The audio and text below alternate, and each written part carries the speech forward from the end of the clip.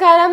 ഇന്നത്തെ വീഡിയോയിൽ നമ്മൾ ഡിസ്കസ് ചെയ്യുന്നത് നിങ്ങളുടെ 10ാം ക്ലാസ്സിലെ എല്ലാ ചാപ്റ്റേഴ്സിനെയും ഫിസിക്സിൻ്റെ എല്ലാ ചാപ്റ്റേഴ്സിനും ചോദിക്കാൻ ചാൻസ് ഉള്ള 2 മാർക്കിൻ്റെ ക്വസ്റ്റ്യൻസ് ആണ്.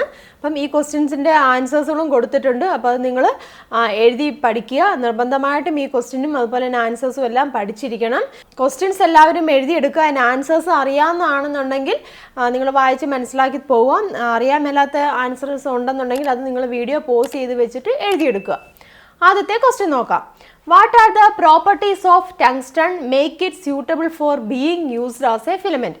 ഏതെല്ലാം സവിശേഷതകൾ ഉള്ളതുകൊണ്ടാണ് ടങ്സ്റ്റൺ ഫിലമെൻ്റ് ആയി ഉപയോഗിക്കുന്നത്? എന്തൊക്കെയാണ്? ഹൈ റെസിസ്റ്റിവിറ്റി, ഉയർന്ന റെസിസ്റ്റിവിറ്റി, ഹൈ മെൽറ്റിംഗ് പോയിന്റ്, ഉയർന്ന ദ്രവണാങ്കം, ഹൈ ഡക്റ്റിലിറ്റി, നേർത്ത കമ്പികളാക്കാൻ കഴിയുന്നു. അതുപോലെ തന്നെ ability to emit white light in the white hot condition, ചുട്ടുപഴുത്ത് ധവളപ്രകാശം പുറത്തുവിടാനുള്ള കഴിവ്. മനസ്സിലായല്ലോ? Then second question നോക്കാം. Fleming's left hand rule is depicted in the figure. Identify A, B, C. അതുപോലെ തന്നെ സ്റ്റേറ്റ് ദ റൂള്. ഫ്ലെമിങ്ങിൻ്റെ ലെഫ്റ്റ് ഹാൻഡ് റൂള് ഇടത് കൈ നിയമമാണ് കൊടുത്തിരിക്കുന്നത്. അപ്പം എന്താണ് അതിൽ ABC എന്ന് പറഞ്ഞിട്ടുണ്ട്. അത് ഏതൊക്കെയാണെന്ന് തിരിച്ചറിയുക. അതുപോലെ തന്നെ റൂള് അവിടെ ആ നിയമം പ്രസ്താവിക്കാനാണ് പറഞ്ഞിരിക്കുന്നത്. നമ്മൾ പഠിച്ചതാണ് ഫ്ലെമിങ്ങിൻ്റെ ലെഫ്റ്റ് ഹാൻഡ് റൂള്. A എന്ന് പറഞ്ഞിരിക്കുന്നത് ഏതാണ്? ഫോഴ്സ് ആണല്ലേ, അതായത് ബലമാണ്. B എന്ന് പറഞ്ഞിരിക്കുന്നത് എന്താണ്? മാഗ്നറ്റിക് ഫീൽഡ്, അതായത് കാന്തിക മണ്ഡലമാണ്. C എന്ന് പറഞ്ഞിരിക്കുന്നത് കറണ്ട് ആണ്. ദെൻ ഇനി റൂള് സ്റ്റേറ്റ് ചെയ്യാൻ പറഞ്ഞിട്ടുണ്ട്. നമുക്കറിയാം, hold the four finger, the middle finger and the thumb of the left hand in mutually perpendicular directions are shown in the figure. If the forefinger indicates the direction of the magnetic field and the middle finger the direction of the current, then the thumb will indicate the direction of motion of the conductor. ഇടത് കൈയുടെ തള്ളവിരൽ, ചൂണ്ടുവിരൽ, നടുവിരൽ എന്നിവ പരസ്പരം ലംബമായി പിടിക്കുക. ചൂണ്ടുവിരൽ അതായത് four finger കാന്തിക മണ്ഡലത്തിൻ്റെ ദിശയിലും നടുവിരൽ അതായത് മിഡിൽ ഫിംഗർ വൈദ്യുതപ്രവാഹ ദിശയിലുമായാൽ തള്ളവിരൽ തമ്പ് സൂചിപ്പിക്കുന്നത് ചാലകത്തിൻ്റെ ചലന ദിശയിലായിരിക്കും. Then third question, write any two difference between step up transformer and step down transformer. Step up transformer, step down transformer ഇവ തമ്മിലുള്ള ഏതെങ്കിലും 2 വ്യത്യാസങ്ങൾ എഴുതുക.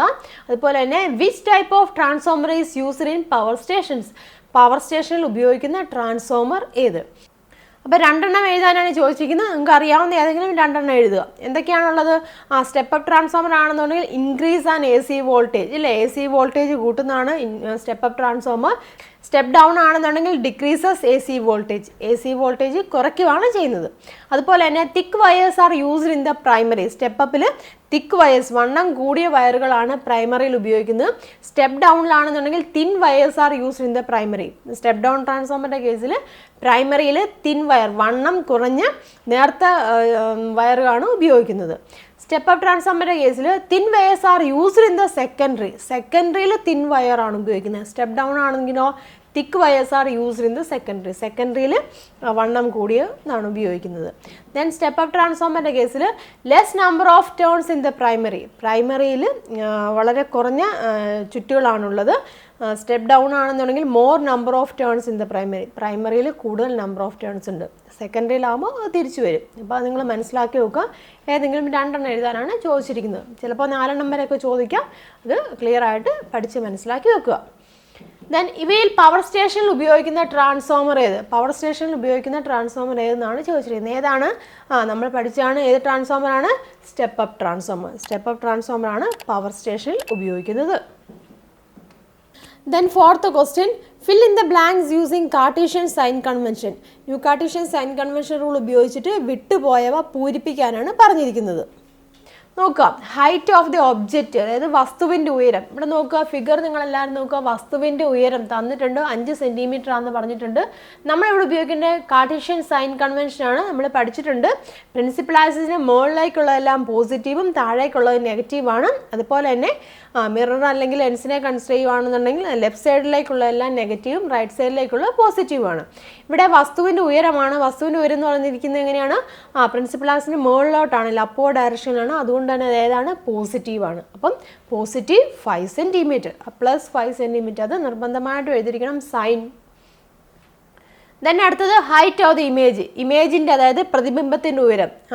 പ്രിൻസിപ്പൽ ആക്സിസിന് താഴേക്കുള്ളത് നെഗറ്റീവ് ആണെന്ന് പറഞ്ഞു. അതുകൊണ്ട് തന്നെ മൈനസ് ആണ്. അപ്പം -2 centimetre. Then distance of image, പ്രതിബിംബത്തിലേക്കുള്ള ദൂരം ഇവിടെ തന്നിട്ടുണ്ട് 30 സെൻറ്റിമീറ്റർ തന്നിട്ടുണ്ട്. പക്ഷെ അതെങ്ങനെയാണ്, മിററിൻ്റെ ലെഫ്റ്റ് സൈഡിലാണല്ലേ, അതുകൊണ്ട് തന്നെ അത് നെഗറ്റീവാണ്. അപ്പം -30 centimetre. Then distance of object, വസ്തുവിലേക്കുള്ള ദൂരം ഇവിടെ തന്നിട്ടുണ്ട്. എത്രയാണ്? 100 സെൻറ്റിമീറ്റർ തന്നിട്ടുണ്ട്. പക്ഷേ അത് മിററിൻ്റെ ലെഫ്റ്റ് സൈഡിലായതുകൊണ്ട് ഏതാണ്? നെഗറ്റീവാണ്. പക്ഷേ അത് മിററിൻ്റെ ലെഫ്റ്റ് സൈഡിലായതുകൊണ്ട് അത് ഏതായിരിക്കും? നെഗറ്റീവ് ആയിരിക്കും. അപ്പം -100 സെൻറ്റിമീറ്റർ. ഈ ന്യൂ കാർട്ടീഷ്യൻ സൈൻ കൺവെൻഷൻ നിങ്ങൾ കൃത്യമായിട്ട് മനസ്സിലാക്കി തന്നെ പ്രോബ്ലംസ് ഒക്കെ ചെയ്യുമ്പോൾ ഉപയോഗിക്കുക കേട്ടോ. Then 5th question, correct the following figure if it is wrong ആണെന്നുണ്ടെങ്കിൽ, തെറ്റാണെന്നുണ്ടെങ്കിൽ ഈ ഫിഗർ കറക്റ്റ് ചെയ്യാനാണ് ചോദിച്ചിരിക്കുന്നത്. ലെൻസ് തന്നിട്ടുണ്ട്. ലെൻസാണ്, ഏതൊക്കെ ലെൻസാണ്? Convex ലെൻസുമാണ്, concave ലെൻസുമാണ്. നമുക്കറിയാം കോൺവെക്സ് ലെൻസിന് നമുക്ക് എങ്ങനെയാണ് റേ പോകുന്നതെന്നൊക്കെ നമ്മൾ പഠിച്ചതാണ്. അപ്പോൾ ഇത് റോങ് ആണ്, കാണുമ്പോൾ തന്നെ നമുക്കറിയാം റോങ് ആണ്. നമുക്കത് എങ്ങനെ ക്ലിയർ ആക്കി വരയ്ക്കാം? നോക്കുക, നമ്മൾ പഠിച്ച രീതിയിൽ തന്നെ ക്ലിയർ ആക്കി വരയ്ക്കുക. ദെൻ ആരോ മാർക്ക് നിങ്ങൾ നിർബന്ധമായിട്ട് അടയാളപ്പെടുത്തിയിരിക്കണം. അപ്പോൾ കോൺവെക്സ് ലെൻസിൻ്റെ കേസിൽ നമ്മൾ വരച്ചു, അതുപോലെ തന്നെ കോൺകേവ് ലെൻസിൻ്റെ കേസിലും വരയ്ക്കുക. അതായത് കോൺവെക്സ് ലെൻസിൻ്റെ കേസിൽ ഓർക്കേണ്ട ഒരു കാര്യം എങ്ങനെയാണ്? കൺവേർജ് ചെയ്യുവാണ്, ഫോക്കസിലേക്ക് കൺവേർജ് ചെയ്യുവാണ് അല്ലേ? റേസ് റിഫ്രാക്ഷന് ശേഷം ഫോക്കസിലേക്ക് കൺവേർജ് ചെയ്യുവാണ്. കോൺകേവ് ലെൻസിൻ്റെ കേസിലാണെങ്കിൽ ഡൈവേർജ് ചെയ്ത് പോവാണ്. ആ ഡൈവേർജ് ചെയ്ത് പോകുന്ന റേ ഫോക്കസിൽ നിന്ന് വരുന്നതായിട്ടാണ് നമ്മൾ വരയ്ക്കുന്നത്. അപ്പോൾ അത് ക്ലിയർ ആക്കി കൃത്യമായിട്ട് വരയ്ക്കുക. Then 6th question, complete the following figure. ചിത്രം വരച്ച് പൂർത്തിയാക്കാനാണ് പറഞ്ഞിരിക്കുന്നത്.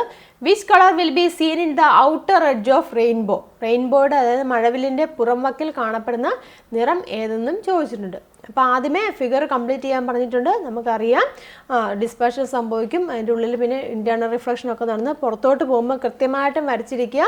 മേൾഭാഗത്ത് ഡ്രോപ്പ് ആണെന്നുണ്ടെങ്കിൽ, അതായത് പ്രത്യേകം ശ്രദ്ധിച്ചോണം, ജലകണിക അല്ലെങ്കിൽ വാട്ടർ ഡ്രോപ്പ് ആണെന്നുണ്ടെങ്കിൽ മേൾഭാഗത്ത് വയലറ്റും ആയിരിക്കും, താഴെ റെഡും ആയിരിക്കും.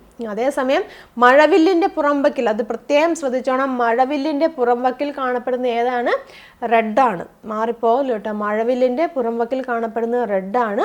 പക്ഷേ ലിക്വിഡ് ഡ്രോപ്പ് ആണെന്ന്, വാട്ടർ ഡ്രോപ്പ് ആണെന്നുണ്ടെങ്കിൽ അതിൻ്റെ മുകൾ ഭാഗത്ത് വയലറ്റ് ആയിരിക്കും. മഴവില്ലിൻ്റെ പുറംവക്കിൽ കാണപ്പെടുന്നത് നിറം റെഡുമാണ്. ക്ലിയർ ആയല്ലോ? Then 7th question, write any 4 methods to reduce energy crisis. ഊർജ്ജ പ്രതിസന്ധി കുറയ്ക്കാനുള്ള ഏതെങ്കിലും 4 മാർഗ്ഗങ്ങൾ എഴുതുക. നമ്മൾ കുറേ എണ്ണം പഠിച്ചതാണ്, അതിൽ ഏതെങ്കിലും 4 മാർഗ്ഗങ്ങൾ എഴുതാനാണ് പറഞ്ഞിരിക്കുന്നത്. അപ്പോൾ ഏതൊക്കെയാണ് നമ്മൾ പഠിച്ചതെന്ന് നോക്കാം. ജുഡീഷ്യസ് യൂട്ടിലൈസേഷൻ ഓഫ് എനർജി, അതായത് ഊർജ്ജം യുക്തിസഹജമായി ഉപയോഗിക്കുക. Maximum utilisation of solar energy, സൗരോർജ്ജം പരമാവധി പ്രയോജനപ്പെടുത്തുക. Minimising the wastage of water, പാഴായി പോകുന്ന ജലത്തിൻ്റെ അളവ് പരമാവധി കുറയ്ക്കുക.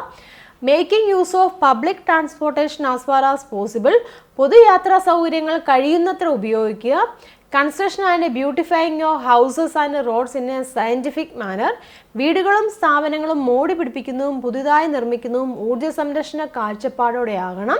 Controlling of the street lamps with LDR, തെരുവുവിളക്കുകൾ LDR ഉപയോഗിച്ച് നിയന്ത്രിക്കുക. അതുപോലെ തന്നെ ടൈംലി മെയിൻ്റനൻസ് ഓഫ് മെഷീൻസ്, യന്ത്രങ്ങൾക്ക് യഥാസമയം അറ്റകുറ്റപ്പണികളൊക്കെ ചെയ്യുക. ഇതിലേതെങ്കിലും 4 മാർഗ്ഗങ്ങൾ നിങ്ങൾ എഴുതുക.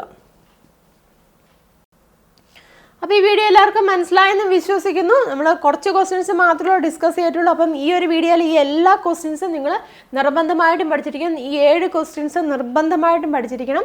ഇതുപോലെ തന്നെ നമുക്ക് കൂടുതൽ ക്വസ്റ്റ്യൻസ് 2 മാർക്സിൻ്റെയും 3 മാർക്സിൻ്റെയും അതുപോലെ തന്നെ 1 മാർക്സിൻ്റെയും എല്ലാ തരത്തിലുള്ള ക്വസ്റ്റ്യൻസും ഇതേ രീതിയിൽ തന്നെ നമുക്ക് ഡിസ്കസ് ചെയ്യാം. അപ്പോൾ നിങ്ങൾ ഈ ഒരു സെക്ഷൻ്റെ ഈ ഒരു ക്വസ്റ്റ്യൻ നിങ്ങൾ അപ്പോൾ നിങ്ങൾ ഈ ഒരു വീഡിയോയിലുള്ള ക്വസ്റ്റ്യനും അതുപോലെ ആൻസറും കൃത്യമായിട്ട് നിർബന്ധമായിട്ടും പഠിച്ചിരിക്കുക. അപ്പോൾ എല്ലാവർക്കും ഓൾ ദ ബെസ്റ്റ്. നമുക്ക് അടുത്തൊരു വീഡിയോയുമായിട്ട് അടുത്ത ദിവസം കാണാം. നന്ദി, നമസ്കാരം, താങ്ക്